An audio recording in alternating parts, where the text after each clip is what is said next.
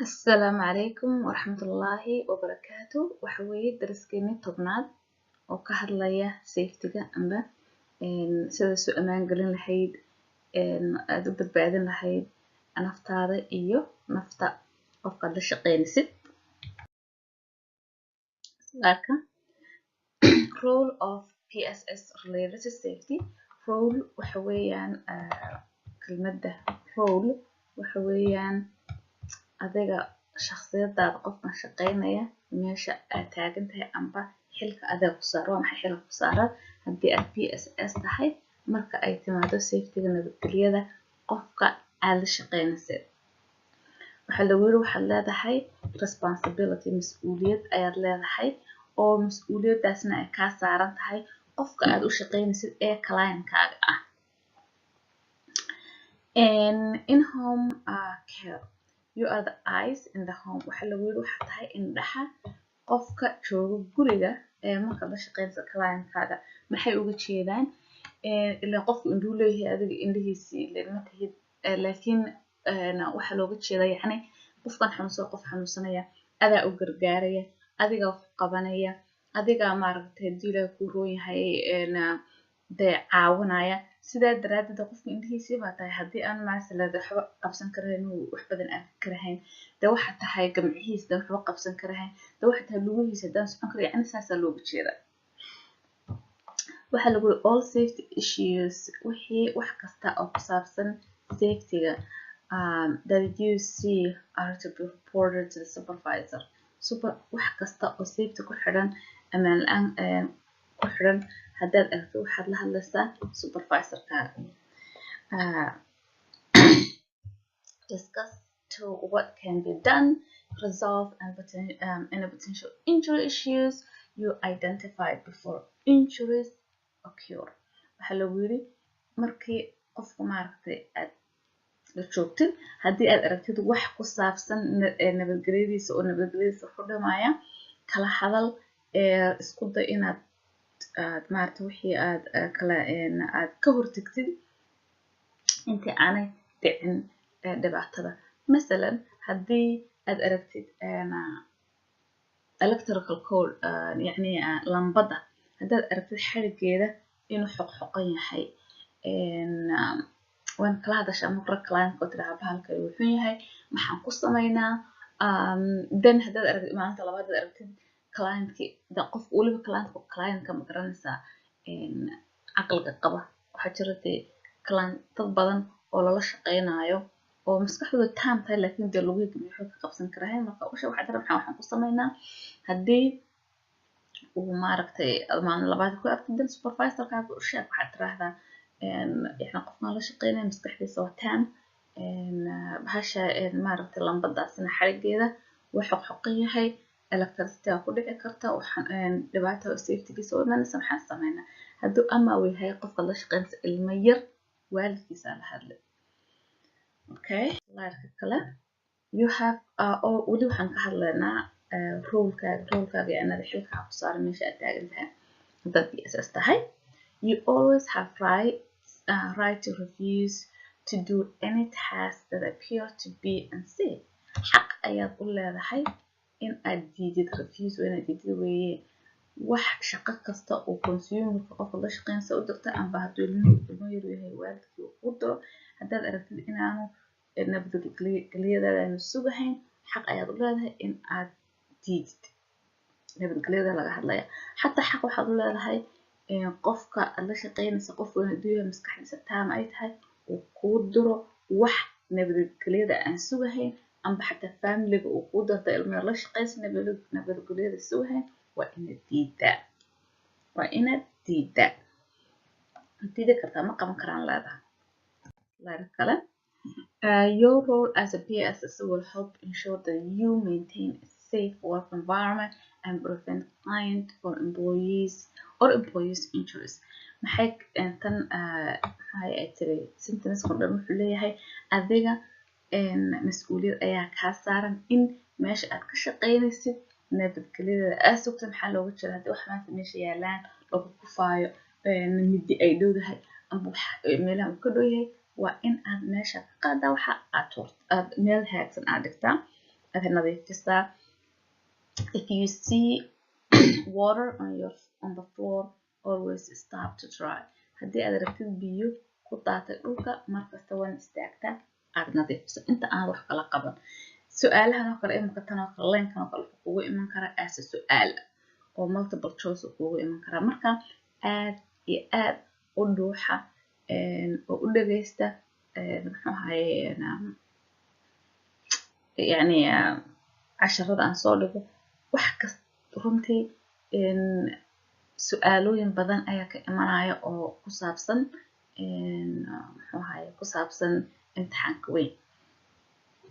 be aware of these following areas. meelahan be aware waxa weeye yani digtoonow amba yani pay attention, si fiican u fiiri waxyaabaha soo socda.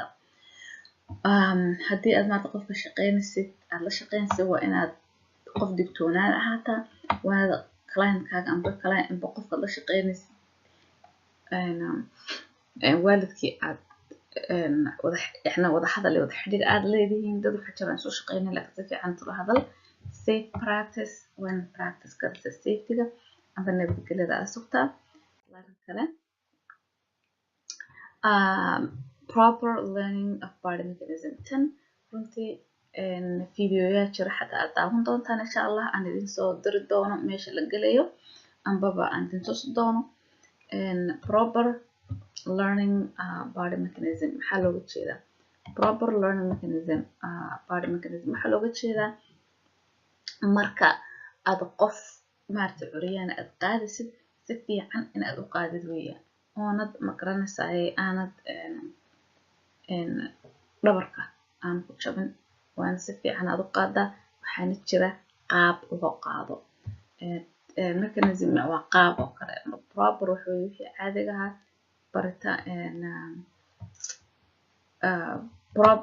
learning waa barashadii moogtaa. marka sidii markaad wax u qaada lahayd ayaa lagaaga yaaba lagu barayaa. waa inaad habit ka dhigtaa amba caado aad ka dhigataa in adiga nabadgelyadaada markasta aad soo karasid. this area of study shows you the proper body mechanism involves. waxaa lagu sheegay areahan amba imika waxaa laga hadli doonaa marka wax qaadisid sida caadiga ah amba saxda ah aad wax u qaadisid. proper learning body mechanism subtitle for titlekii number 1 waxa lagu marka wax qaadisid. number 1 marka wax qaadisid use your leg muscle. waxaad isticmaashaa lugahaaga muruqyadooda, not your back. ha isticmaalin dhabarkaaga. so markaad qaadisid wax waa inaad isticmaashaa lugahaaga muxuu ahaa muruqada lugahaaga, laakiin dhabarka isticmaashid maaha. maxaa looga jeedaa? marka waxaa looga jeeda marka wax qaadisid xoogoo dhan waxaad qaadisid xooggiisa dhabarkaaga ha saara, lugaha saara. always keep your legs straight and bend your knees. marka aad wax qaadisid dhabarkaaga sida dheer oo caadi saxa ka dhig, lugaha kneeskaagana bend garee yani hoos usoo dhig camal. insha allah waan idin tusi doonaana sida loo qaadayo. hold objects close to your body. marka wax qaadisid wixii aad qaadisid isu soo dhawey, jirkaaga u soo dhawey. keep hips and shoulders square. shoulderkaaga amba muxuu ahaye garbahaagana square kasoo dhig. when you turn pivot your feet instead of twisting at the waist. marka aad rabtid in aad dhaqaaqdidna amba xaggan aad usoo jeesatidna mar baro wada soco inta aad adigu saa u taagan aad intaada sare aad soo muruujin lahayd. waana idin tusi doonaa insha allah waxaan waxaa uga jeedo. the visual in this section help demonstrate proper. okay waxaana ku dhahaan yani marka qofka uu tuso qofkan ku sharaxayo tuso amba sawiro ayaad aad daawan doontaa arki doontaa oo ku tusaya qaabka saxda ah. self defense with regard to consumer. self defense waxa weeyaan marka aad qofka aad iscaabinaysid amba hadduu qof maaragta uu ku dhibaayo sida aad isu caabin lahayd. if you work or a boarding home, you must be trained in the fire evacuation plan. haddii aad u shaqaynaysid fire ama haddii aad u shaqaynaysid guryaha dadka lagu hayo waa in aad barataa qaabka amba ruulka haddii uu dab dhaco la raacayo. They are required by laws to train you on occasion. يعني xaq ayaad loo weeyaan baqanuun weeyaan in lagu baro haddii uu dab dhaco sidee aad meesha uga bixi lahayd. Okay, if you or your client should ever have their clothes catch on fire, the proper procedure is listed on page 53. لكن page 53 ما وصلنا حقه slide intan weeyaan. haddii uu dab kugu dhaco ama haddii uu dab qabsado qofka la shaqaynaysid waa inaad saddexdan wax aad samaysay. Stop, qof waan istaagaa, drop, dhulka waan isku tuuraa, roll, marka waa inuu saa uu isu maaragtay uu labalabdooda. insha allah waan idin tusi doonaa. Okay, review of personal care in the home. sidii maaragtay review yani dib unbaa yani loo dul marayaa qofka marka aad la shaqaynaysid sida uu aad u ilaalin lahayd. If you feel threatened, you are to leave the site. haddii qof aad la shaqaynaysid uu maaragtay dee aad dareentid nabadgelyo la-aan aad dareentid waa inaad meesha ka tagtaan. then supervisorkaaga ma hadashaa. You are not to remain in a situation such as consumer arguing with a family member or a sheriff on site, breaking up a domestic dispute. Leave and report should you encounter these things. maxaa slide-kan muhiimadeeda laga faa'iidaysanaya waxa weeyaan haddii aad maaragtay la shaqaynaysid dad oo dareentid nabadgelyo la-aan ka tag meesha ka tag supervisorkaaga la xidhiidh. waxaa lagu yiri haddii aad la kulantay situation yani xaalado sida oo qofkaad la shaqaynaysay oo familigiisa ay islaynayaan amba isu cadhoonayaan amba qaylinayaan muhiim islaynayaan meesha ha joogin ka tag. markaad ka tagtid report qor supervisorkaaga la hadal u sheeg wixii dhacay. ma aha inaad xasaar qaadatid haddii qofka la shaqaynaysa iyo familigiisa islaynayaan maaha inaad dhinac ka rabsayso qofka la shaqaynaysa. situation ka tag su-aalana waa kulle ku jiraan. infection control waxa weeyaan yani germska si loo controlo. Be aware that hand washing is the single most important protection you have against spread infection. ogow ayaa lagu yiri gamcaha la dhaqaaya in ay tahay waxa ugu muhiimsan ee germska amba xanuunada inay fidaan lagu joojin karo. horta aan dadka lama dhaqaan laakiin soomaalideena runtii gacanta la dhaqaayo waa aad ugu xunaha. qof baa maanta dhan meelaha soo socdaa albaabku taabanaya hebelow gacantiisa qasjac ku hindhista assalaamu calaykum ku yiri gacantaas ku adoo arkay inuu hindhisto warasa qofkan yaan ku odhanin maaragtay wiilkuusuuse markaas ka salaamaysa hay hadhow adiga misla hindhisa haddana saaraysa indhaheeba yar xoqonaysa meelahaas oo dhan germska qofkaas kugu aruuraya adigoo gaajoonaysan buso soo qaadato meesha wax gamca la iskaga maydhana ma yaalaan xataa anta germs ma yaalan waad soo qaadanaysaa waad soo cuni haddana wixii oo dhan baa ku galaya. okay so iska maydha gamcaha iska maydha. haddii waxa lagu yiri gloves xidho haddaad qof aad u maydhaysid maxaan jeedaa gloves waan xidhataa markasta sida oo kale lagu yiri haddii aad specimen aad handle garaynaysid specimen wuxuu qofka maaragtay kaadiisoo kale amba saxarada amba dhiig amba candhuuf waxay doontaa ahaato waa in aad gloveskaaga aad xidhataa. soomaaliye gloves ma xidhan waad ku suuseenaaba. qofka haddaad ilkaha cadaysid waa in aad xidhataa waayo qofkan waxa weeye ambado caday ka tahay amba xataa danger buu haysan karaa. adiguna naftaada badbaadinaysa ayagana naftooda badbaadinaysa. slide labaad always discard your gloves after the task, wash your hands. Markasta ood gloves xidhatid aad shaqo ku qabatid tuur gloves ka baxdina gamcahaaga maydh. weligaa inta gloves iska tuurtid gamcaha odhan gamcaha gloves ku jireen oo caadi weeyaan waxba ma aha. No, laga yaabaa inaad sidii saxda ahayd aan gloveska u tuurin. To prevent the spread of respiratory disease, always wear mask. Si aad uga badbaadido xanuun kasta oo ka yimaado qof hadduu qof xanuunba hindhiso, mask inaad xidhata. mask waxay sanka iyo afka lagu xidho. mask. If you are at risk soiling your clothes from body fluids, wear gown. haddaad is leedahay jirkaaga waxa gaaraya wax biyo ah. body fluid waxaa la yidhaha candhuufta, kaadida, wixii adiga biyo ah ama dheecaan ah ee qofkan la shaqeynaysa ka imanaya. haddaad is leedahay naftaada ka badbaadi oo yaan kugu daadanin, gown ayaad xidhanaysaa. gownna waxa weeyaan bahalkan maarata laabta ee lagu xidho marka dadka cuntada karinayka lagu xidho Soomaali kaasoo kale gown slide labaad universal precaution. Universal precaution was very important when the ogaataan barantaas fiican.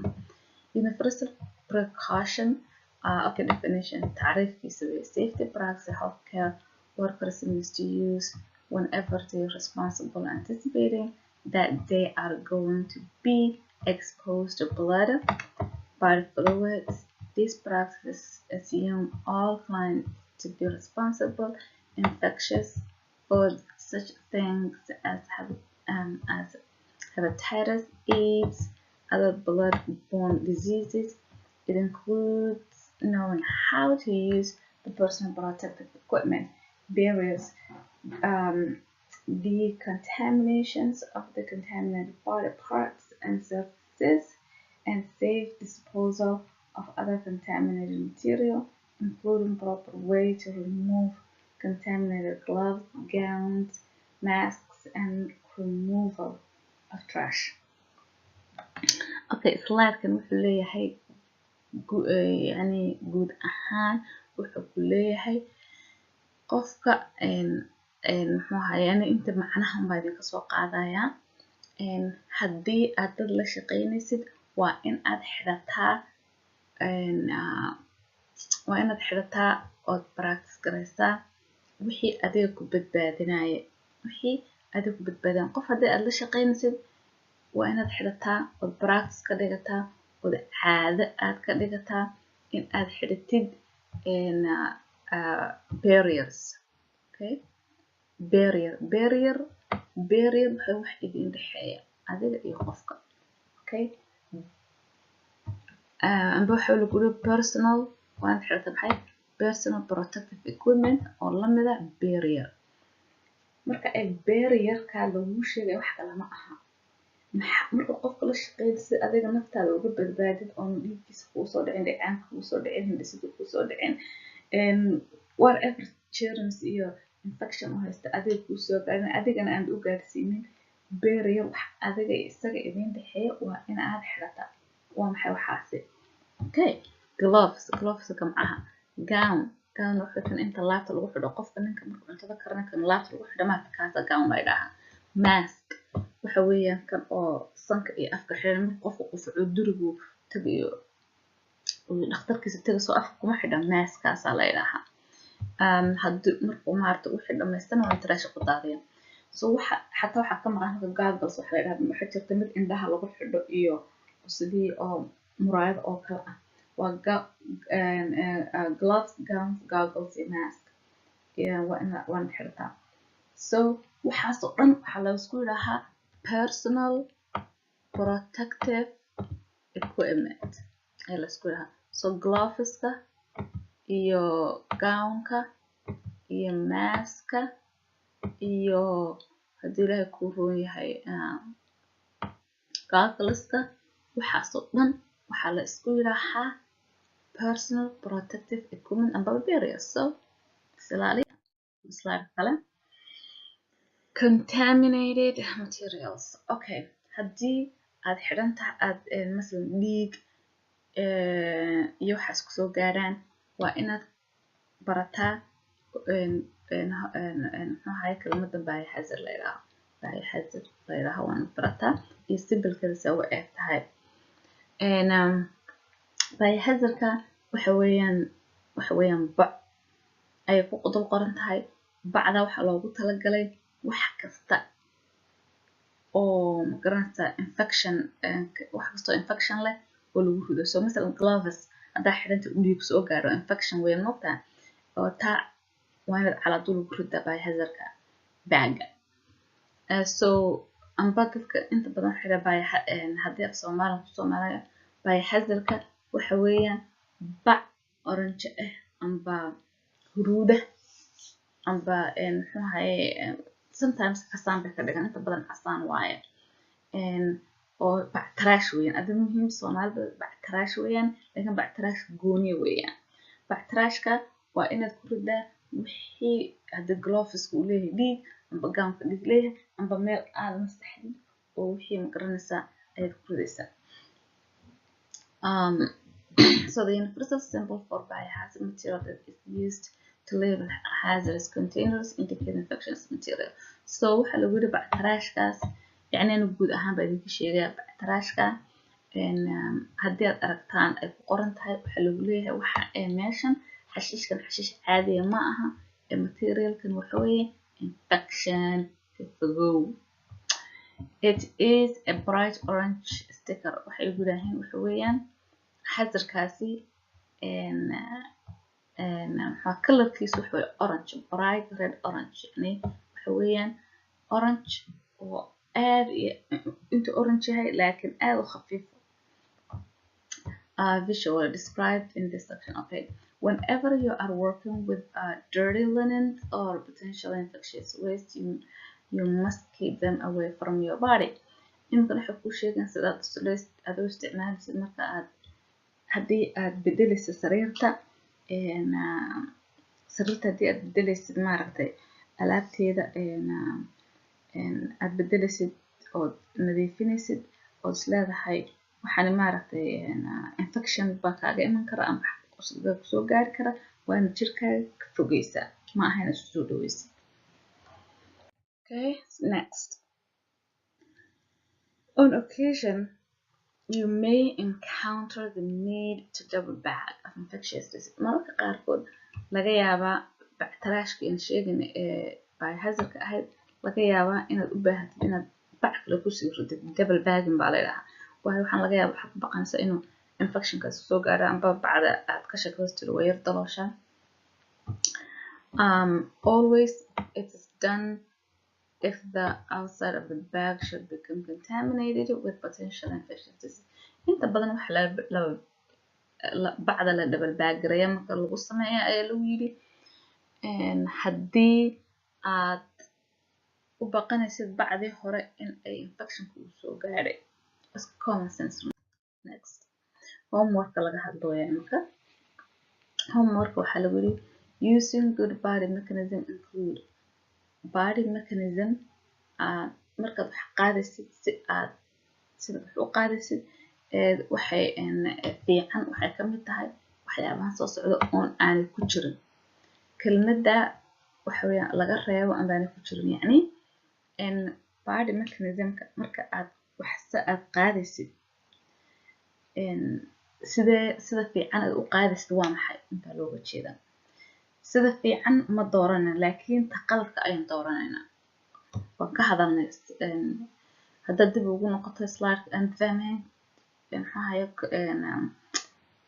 fahmi way ku noqo slide baan soo sharaxay okay a use your leg muscle not your back taasi sax meed hadday sax tahay ma rabno in taqalka rabno halka inoo dhiga always keep your back straight dhabarkaaga straight ka dhigsaa u toosi dhag bile sax miya mise ma hadday sax tahay inoo dhaaf bend your knees whether lifting pulling or pushing an object dhabarkaaga waxaan jiray niiga amba laabtooyinka lugahaaga waa inaad markaad wax bulgareynta iyaga aad xooga saarta okay haddaad isleedahay waa saxtaa ma rabno halka inoo dhig D, hold objects close to your body. waa inaad alaabta marka aad qaadaysa jirkaaga aad usoo dhaweysaa. Okay, مثلا haddii aad client aad qof aad la shaqeynaysid aad gudbinaysid مثلا amba box aad qaadaysid, learning or reaching to left will strain your back. waayo haddii aad xoog aad qaadid مثلا dhabarkaaga ayuu yeelayaa. hadday taas sax tahay ma taabanayno taglaan rabnaa. E, keep hip and square shoulders square hadday sax tahay waan dhaafinaa. F, kneeling without using your support your muscle. F waxaa lagu yiri markaad wax qaadaysid ha isticmaalin murqada lugahaaga. hadday sax tahay ma dooran, hadday qalad tahayna ma doorana. marka intaas oo maaragtay from A to F mid ayaa qaladata, qaladka ayaan dooranayna. Okay, number 2, using body mechanism include. tanna waxa weeyaan markaad wax qaadaysid sida qaladkaad u qaadaysid waxaan dooranaynaa ta odhanaysa waa qalad. Always keep your back straight. markasta straight back dhabarkaaga straight ka dhig. taas qalad meesha mise ma qalad. hadday qalad ahayn ma dooranayno. B, bend your knees whether lifting, pulling or pushing. Okay, inna waxaanu rabnaa body mechanism. Hold up maxaan jeeda C, hold object close to your body. sax miya mise ma sax ma? hadday sax tahay ma rabno qaladkaan rabnaa. Not holding objects to your close to yourself. in ma isticmaalisid markaad wax qaadaysid alaabta ma usoo dhaweynaysid baadhigaaga ama jirkaaga. hadday qalad tahay taasin dooranayna. haddayna qalad ahaynana okay. D, all of the above. waxoo dhan qalad miya? haddaad leedahay A ilaa iyo waxaan jeeda sorry E, haddaad leedahay A ilaa D qalada weeyaan E aan dooranaynaa. okay, haddii kalena kuwa kale kasoo baarbaaraysa. okay, slide labaad number 3. What should you do if you or your consumers clothes switch on fire? maxaad sameyn haddii adiga amba qofka aad la shaqeynaysa uu dab qabsado? A, waxaad waad istaagi, waad carari, haddana dhulka isku tuuri. okay, B, run and do not look back. carar dib ha u fiirin xagga dambe. C, stay in the room where is far away from the fire. maqsinka laftigiisa dabka uu ka dhacay juglan ka yar fogow. D, istaag, drop, dhulka isku tuur, roll, isu rogrog. ta hadday tahayna samaysa D aa dooran. 4, what precautions should you use to prevent spreading respiratory diseases? maxay tahay inaad isticmaashid si aad u joojisid respiratory diseaseka ka imaada xagga afka iyo sanka? A, wear mask. waan isticmaashaa mask waxaa la yidhaahaa. wear a gown. gownka isticmaal. wear goggles. wear full PPE. wear yani waxoo dhan waan isticmaashaa. maska, gownka, goggleska, everything. maskana waan soo sharaxnay, tan waan soo sharaxnay. okay, su-aashan number 5 waxay leedahay what precautions will you use if you are at risk for soiling your clothing from body fluids? maxaad isticmaalaysaa haddaad is leedahay waad jirkaaga ayaa waxa gaaraya body fluids, yani waxa gaaraya maxay dheecaanka jirka oo kale. A, wear gloves. waanad xirataa maskan sanka, yani marka qofku handhiso waxaa la xidho. wear gown. waanad xirataa gownka waxaweye kan oo maaragtay laabsa loo xidhanayo. wear gauze waxaweye ka maaragtay markuu dhakhtarka aad tagtida dhiiga laga qaado bahalka yar la yar mariyo ee gauze la yidhaahaa. D, wear for PPE. PPE oo dhan isticmaal. E, goggles kan indhaha. all of the above. G, B and the E. marka sida loo dhigay su-aasha u ka fiirsada. Number 6. What will you do if you see a wet area on the floor? Haddii aad aragtid biyo ku daata dhulka, maxaa sameynay? A. Clean it later because you are tired now. Hadhow masax because adigu waa daalan tahay. B. Dry the area and then put up the fall precautions. Meesha masax, dan waxaad dhigtaa calaamada leh odhanaysa waad dhacaysa is ilaali. C. Tell a family member to do it. Ambaba qof family ka mid ah u sheeg ha nadiifiyo meesha. Number 7. What would you do if the outside of the bag containing infectious material becomes contaminated? Maxaa sameynay haddii aad aragtid materialka, haddii aad aragtid baaga ay ku qoran tahay infectious disease by hazardka, haddaa bacda xaggiisa dambe amba dabada amba koonayaasha ay isku guudo islada waa isku guudo, maxaa sameynay? A. Put proper PPE when throwing it. Xidho masalan gloveski amba gaan wixii adiga muhiimka ahaa aad naftaada ku protect garan lahayd. B. Leave it for the next person. U dhaaf qofka labaad, qofka soo galaya hadhow ha nadiifiye. C. Put proper PPE ga gasho and double bag garee, then the contaminated. D. Put proper PPE and then throw it away. E. All of the above. kulligood marka tii aslada waa sax dooran. 7. Question 7. Why the transfer board is used in by which client? Maxaa loo isticmaalaya transfer boardka oo ma garanaysaa on kasoo hadalna tan I think number inaan kala soo hadalna 10 ka horeeyay. Transfer boardka tii aan ka hadlayna weeye. Marka okay. A. It's used by clients who have the physical strength to transfer themselves. Waxaa isticmaala qofka oo client intiisa sare xooga leh. B. To help with walking, inuu qofka caawino socdo. C. Consumer that have problems with circulation, dadka oo clientka oo circulationka maarta lugaha iyo dhiiga caadiga maarta u soo soconahayn oo kala camal ayaa looga jeedaa. E. Consumers that have problems feeding, clientka cuntada ay ku adag tahay inay cunaan. Okay, su-aasha ugu dambeysay su-aalaha akhri jirta ilaahay noo hanuuniyo inoo dhab yareeyo. Asalaamu calaykum waraxmatullahi